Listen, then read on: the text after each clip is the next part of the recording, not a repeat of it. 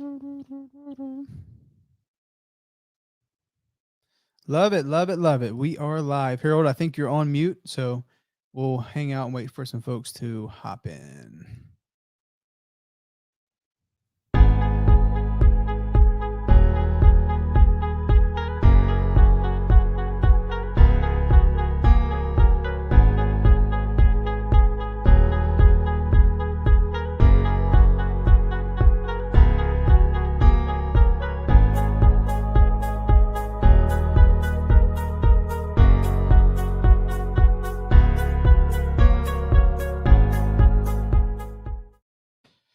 What's up, everybody? Welcome to this week's episode of Unstuck Your Business. It was previously VA Success Live.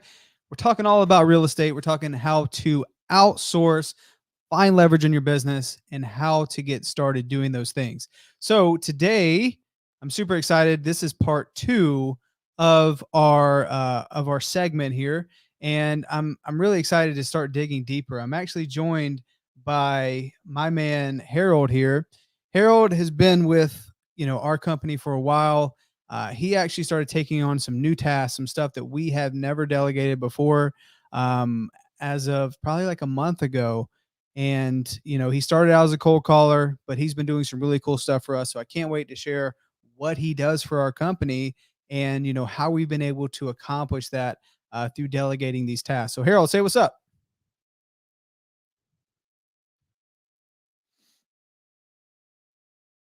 Hey, Harold, can you hear me? Love it. Love it. Okay, Harold. So if you can't hear me, I'm just going to go ahead and start, just introduce you. Guys, if you're just joining, please put in the comment section, where are you at? What your business needs help with. That's the purpose of doing these lives. Like, me bringing on our virtual assistants, talking about these things. We do this so you guys can get some value from it. We do this so we can help answer your questions. The last part of these lives are actually dedicated to Q&A. So please chime in, put it in the comment section, like this video, heart this video, put it in the comment section where you're at, what your business needs help with, as well as make sure to go to YouTube. We actually go live on YouTube every single week. It's much more predictable than Facebook, and they will be there forever, right? So sometimes a Facebook post gets deleted. YouTube, it'll always be there. So you can actually subscribe to my channel or VA Hub. You'll never miss one of these episodes. So Harold, can you hear me now? I can hear you if you are talking. Harold, can you hear me? Hello.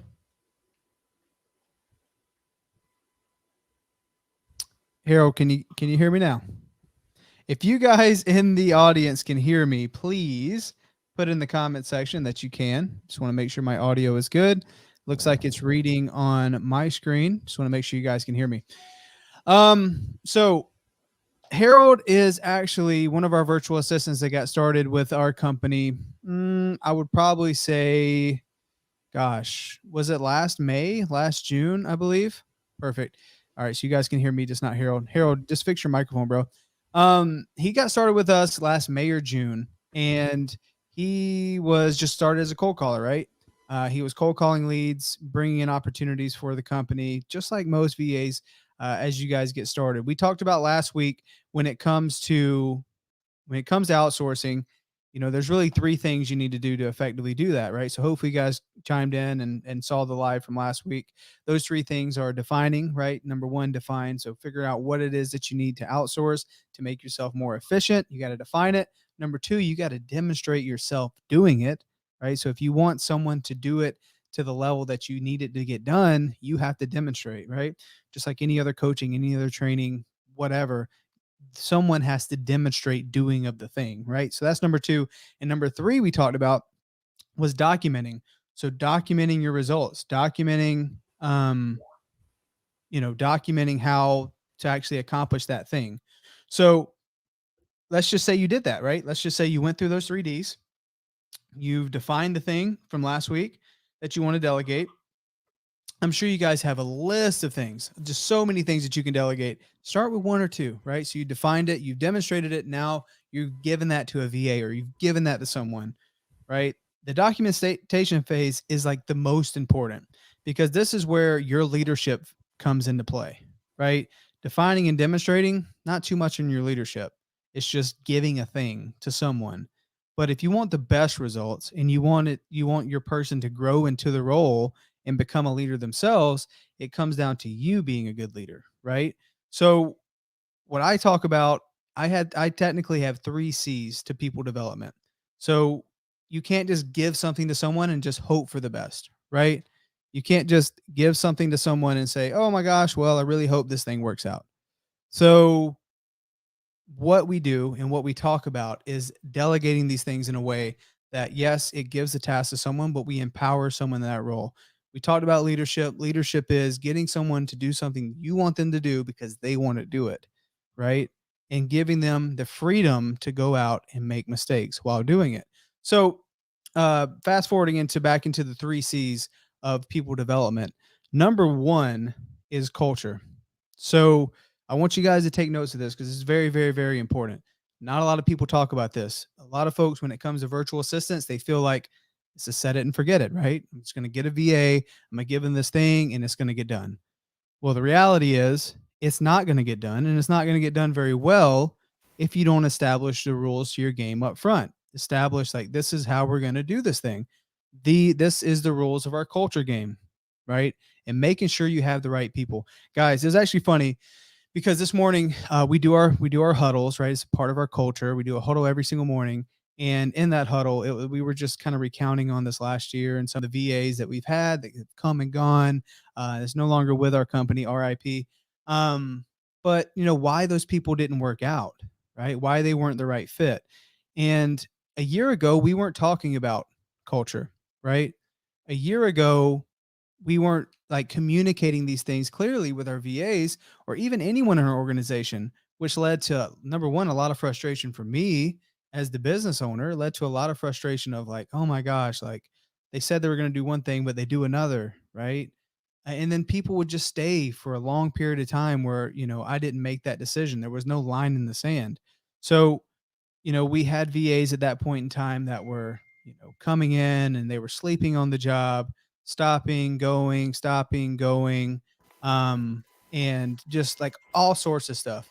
It was it was absolutely ridiculous, right?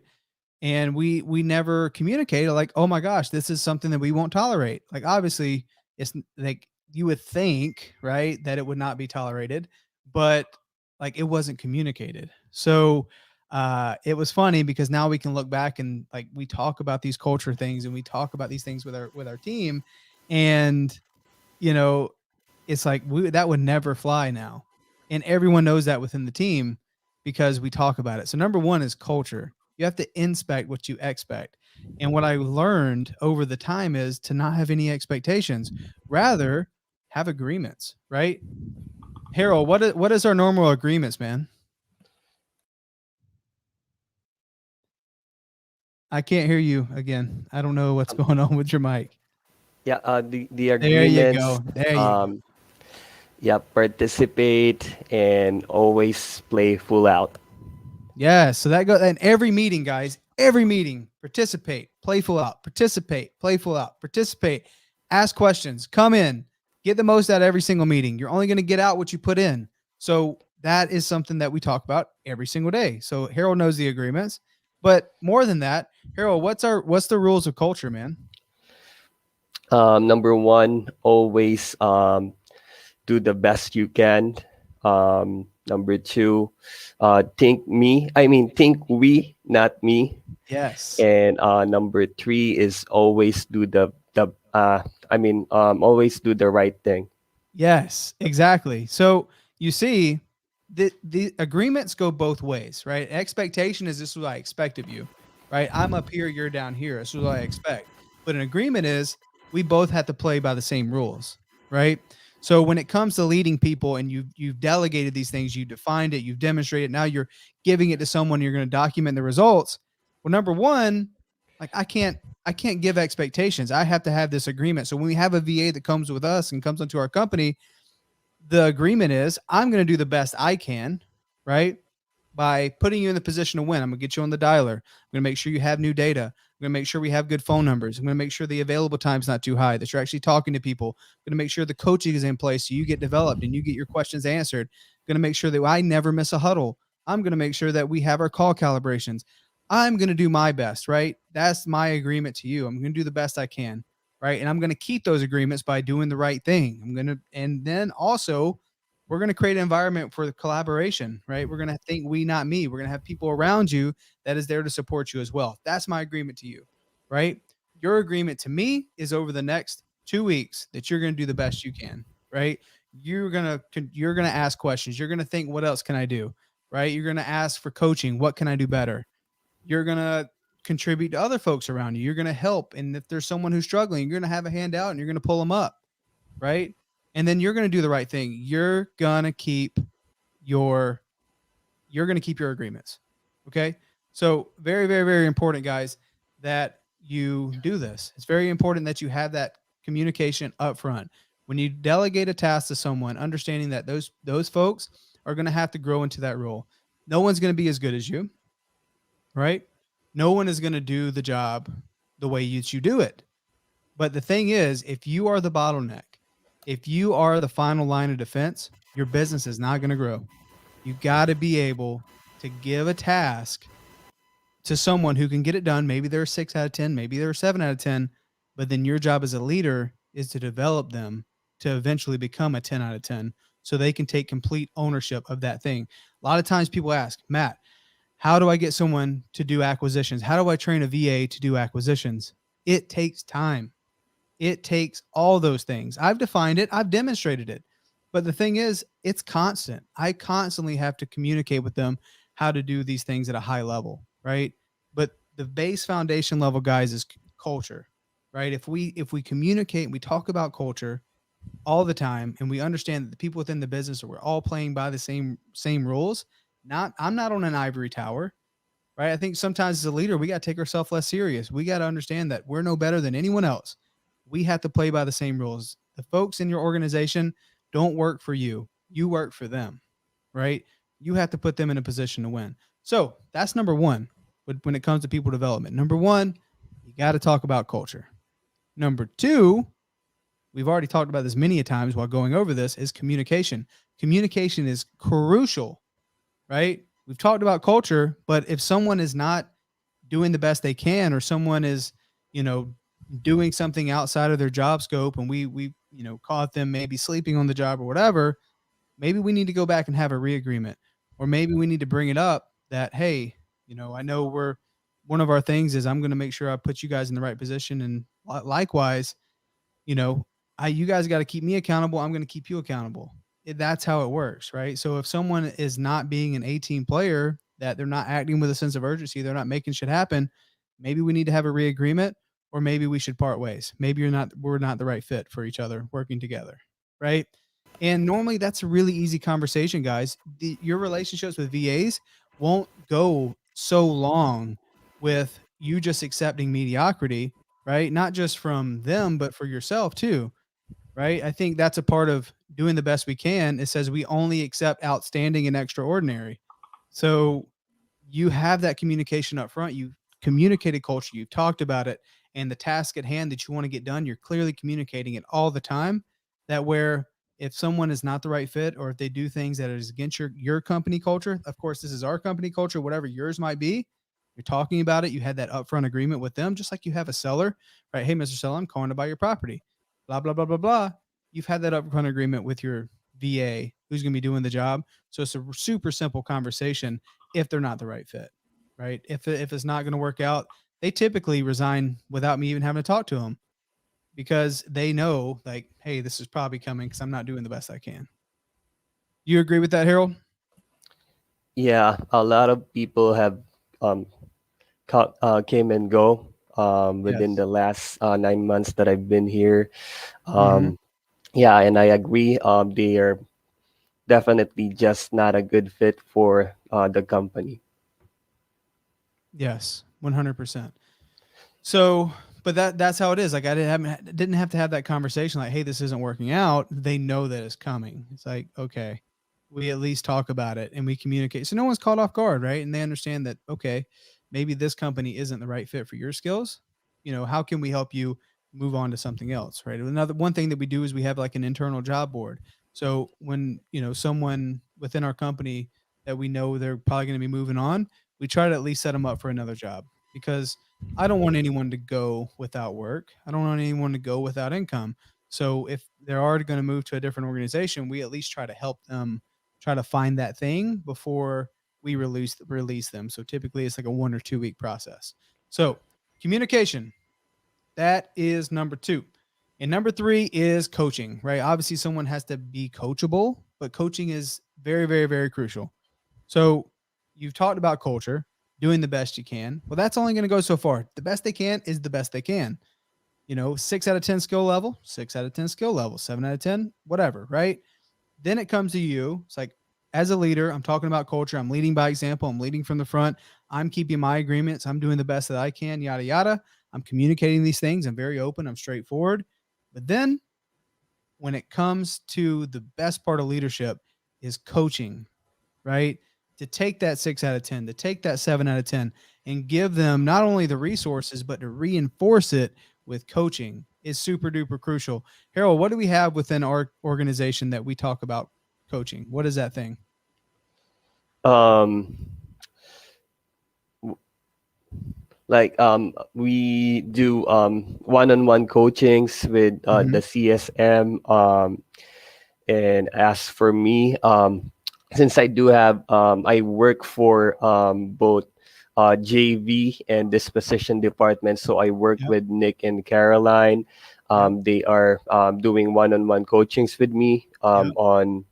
um, on different cold calling tasks that I do with I mean, such as calling buyers, cash Mm-hmm. buyers, calling realtors for the JV department, and yeah, they are So they're there doing to role support plays. you, right? Yes, they support me. Because Hmm. you're like, hey, I got these skill levels, I have the ambition to get it done, I'm excited, I want to do it, right? But the thing is, like, that's only going to take you so far. You're going to need to get coached up on some skills. So I love this part because this is why I brought you on.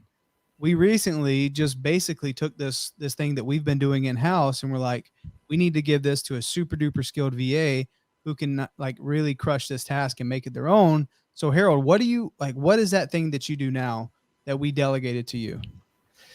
Yeah, things that have been delegated to me. I recently learned how to find cash buyers, pull up the Mhm. data, and then call them. So I've Yep. been talking to cash buyers. Mhm. They, I mean, Caroline created the script for me for that, and Mhm. I'm also talking to realtors, reaching out to them to see if they would be open and doing business with us if they find a great property that we can make money with.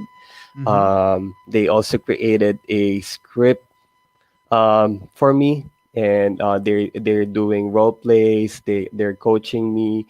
Um, and what another thing that I am doing is that am communicating with sellers. I will be taking over transaction coordination task that Karen is doing. And I also learned how to do a little bit of comping properties in on Yep. batch leads. So a Yep. lot of stuff, man. A lot of stuff. But Yes. the thing is, like, you can only do so much, right? We have to, like, number one, calling buyers, that's a full-time job, right? Mm. Calling people, seeing if they're interested in selling the property. And it's such a crucial job. And I think this gets lost in a lot of places where folks just JV every single deal. You're leaving thousands of dollars on the table for every deal that you do, right? Which could cost you multiple six figures at the end of the year. So taking time and prioritizing building out a buyer's list. Once you have a foundation in your business, you're doing some deals. Like JV is a great way to get started fast, right? Do your first 10, 15, 20 deals. JV, yes, that's amazing, but it's going to definitely be advantageous for you as a business owner to actually hone in and double down on building a buyer's list once you start getting deals, because you're actually bringing opportunities. So that was Harold, right? We were like, Mm. okay, we need some help with this. We need to start finding vetted buyers. We need to bring them in. And Harold does that now. He does an amazing job. Thanks to Caroline, who heads our disposition, as well as Nick. You guys probably know them if you're watching this live. They've been a big help with getting Harold acclimated to what those conversations are like, how to accomplish those jobs. Now, you also heard Harold say that he's going to be helping with the TC stuff. It's less transaction coordination for those of you guys who are watching, more like client concierge. So we want to create a great experience for our end user. We want to create a great experience for the sellers. We don't want to be transactional. We want 5-star reviews, right? We want people who are happy with what we're doing, happy with the way the transaction played out from start to finish. So Harold is going to be a big role in that and making sure the sellers stay warm and fuzzy throughout the whole thing, right? I mean, if you're a realtor, right? A big part of being a realtor is working with your clients, listening to their concerns, getting a million texts, right? So maybe that will be a great position for you to fill, is have someone be your filter, have someone be your client concierge that is there to help answer your clients' questions. If you guys are real estate investors, having a client concierge where they're calling the sellers and they're making sure they feel warm and fuzzy every single day. Because the reality is there's a million buyers, there's a million people that want to buy that one property. So what are the chances that they're going to get another phone call from another investor at some point in time during the escrow period? Who's going to try to talk to that seller and say, oh, well, I can offer you more and do all this stuff, right? We want to make sure our clients feel good throughout the whole process. So that is where Harold will be stepping in. But again, before we could actually do that, we defined what the role was, demonstrated it via phone calls, via scripts, via like all these things. And then we document, we see how we're doing, how many buyers are we getting every single day? How is Harold doing on the communication? We're listening to the calls, doing call calibration stuff, right? We go back and we make sure that we're following the 3Ds of delegation, but then also making sure we follow the 3Cs for people development, right? So we're giving Harold the coaching that he needs to get better, not just, hey, here's this task, but hey, Harold, this is what we also need to get done too. Like, hey, so this is great. I really love this conversation, but I think you missed an opportunity here, or blah blah blah blah blah. Right. So that is how we do it. And like, yeah, man, you do so much. Like you have such a crucial role on the disposition side, and we appreciate you. But again, it goes to having good people. And now we recommend when you get a virtual assistant like Harold, talk about culture up front. So then that way you don't have that virtual assistant stay with your company for a month or two when they really weren't a right fit in the beginning. Right? That's the worst feeling ever. Hiring someone and then 15 minutes later feeling like they're not the right fit for your company. Right? Don't have that. Like there's doesn't matter where you go to get a virtual assistant. You can come to us and we have trained, managed, sourced virtual assistants. Still, people are people, right? And everyone communicates differently. And as a business owner, even if they come from our company, super duper important. You talk about the culture you want to implement and see if the virtual assistant that we source for you as our client is the right fit for you. Because there's a chance that they may not be. So being able to identify that up front, maybe you brought them in for a week and they're not playing by the rules that you had set up. Great. Release that VA, be fast with it, and get another one. Right? The quicker you can be to finding the good people, the more successful you're gonna compound your success over time. So I hope that part makes sense, guys. Let's see. We had Mill here who said, I started to do door knocking and need help with that. Mill, would love to help you. Are you a part of the One Door Away Challenge? Are you going to be joining that in April? Or do you just need some basic door knocking tips, scripts? Like, how can we help you? If you want the door knocking script, please email me, Mattbeard at vahub.com. I can send you our door knocking script. And if you want to know more, like how we actually talk to the leads at the door, please tune in tomorrow. We have BatchDriven live at 10:30. We can talk in more detail on door knocking because we can really go down a rabbit hole there. I think what I really wanted to discuss here was just some basic stuff you guys need to know when you outsource. You need to know the 3Ds. You need to define, you need to demonstrate, you need to document, and then you need to know the 3Cs, right? You need to know culture, you need to know communication, and you need to know coaching. You got to make sure these things are set up. Does Mattbeard do all the coaching? Absolutely not. I have CSMs that do it. And if you're a VA Hub client, you have a CSM that can help you with your coaching, right? But as a leader, It's important that you set forth what you will tolerate in your business and what you won't tolerate, developing a culture that is clearly communicated throughout. So, guys, in effort to make these lives more effective and shorter, because in the past they've been over an hour, and I feel like we can really get in what we need to get in, and within 30 minutes, you guys are really getting some jam-packed value. 3Ds, 3Cs. That is how you outsource. That is how you identify the right people in your business, that you start giving them more responsibilities over time. We have virtual assistants now that are buying cars. We have virtual assistants now that are buying houses. Freaking my first virtual assistant that stuck went through 32 virtual assistants till I found the right one because I wasn't communicating culture. That one VA that I found that stuck with me now owns 4 rental properties, right? 4 rental properties. He has a car, he has a house, he has 4. That is so freaking amazing. Like I could not ask for anything, and that goes back to, am I doing the best I can as a leader? Am I putting them in a position for them to go live their dreams? This is stuff that we talk about every single day. Caring for your people on a personal level, having empathy, and knowing that your company may not be the future for your virtual assistant, but maybe your company can be a launching pad for them so they can go do the things that they want to do in their life, right? You may not be their long-term career for 15, 20 years, but you might be the 2 years that they need to accomplish some goals and dreams. Then they can go chase those things. I have VAs in my company that want to open restaurants. I have VAs in my company that want to open car shops, all these things, own rental properties. Great. How can we work together to get you there? I'm working for you, right? And in the meantime, we can really, build this business together. And it's just a mutual admiration and mutual respect. That is how you lead your company, guys. Mill says basic stuff. Yes. Be there 10:30 tomorrow. We'll be going live with Bryce, talking about the one door away challenge and talking about door knocking. So, Harold, what closing thoughts do you want to share with the audience when it comes to like what support have you gotten up to this point, and what do you Mhm. recommend for business owners, like if they're trying to lead their virtual assistant? Like, what's some recommendations you have for final thoughts? Yeah, Matt, you actually laid out the framework for us to succeed.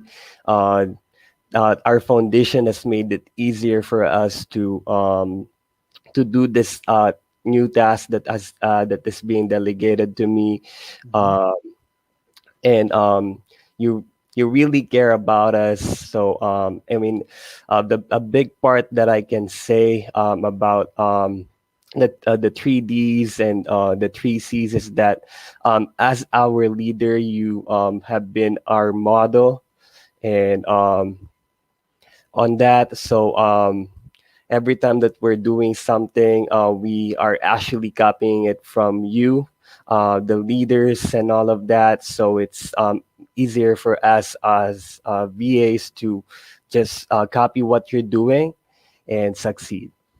Absolutely. I love that, bro. And that's the truth, right? I talk about this on the morning momentum stuff. It's like you can't expect someone to do things you're not willing to do, right? And if you're not leading from it by example, then you can just almost guarantee it's not going to get done, right? You have to Right. lead from the front. And that goes for everything. My job is to make Harold the best fucking leader he can possibly be, right? So how do I do that? I lead from the front. I try to lead by example. I play by the rules, right? And I can just feel it if I'm not there. I could just feel it if I don't stay the whole time in a call calibration. I can feel it if I have to leave early for the town hall meeting. Like these things, as a leader, it's important that you're present. You let people know you care about them, and this is real, right? They can see the long term vision. And that's exactly what you're saying, Harold. Like for people to be here and want to do more and be more, they have to be able to see the vision and they have to see how they fit in that too. So, I love it, bro. Thank you for coming on and sharing some insight for some folks. Harold he helps us build a buyer's list. He works heavily in the disposition department as well as client concierge. If you want to know more on how we're able to delegate that, what some initial tasks were that we gave to Harold so you can start outsourcing these things, please email me, mattbeard@vahub.com. If you haven't gotten a virtual assistant yet, guys, go to vahub.com, check us out, do your discovery call, see if we can be the right fit. Or maybe at least we can point you in the right direction. Thank you guys for checking out episode 2 of Unstuck Your Business, Outsourcing Part 2. Next week, we're going to be talking about how you get a virtual assistant from start to doing acquisitions. Like, what is that like? There's going to be two parts of that. We're going to have our sales teams on. So, guys, thank you for tuning in. Thank you for being here. Harold, thank you, brother. I appreciate you, man. Thank you And for I the will see opportunity, you Matt. guys on BatchDriven Live tomorrow or this live next week, next Thursday. We'll see you. See ya.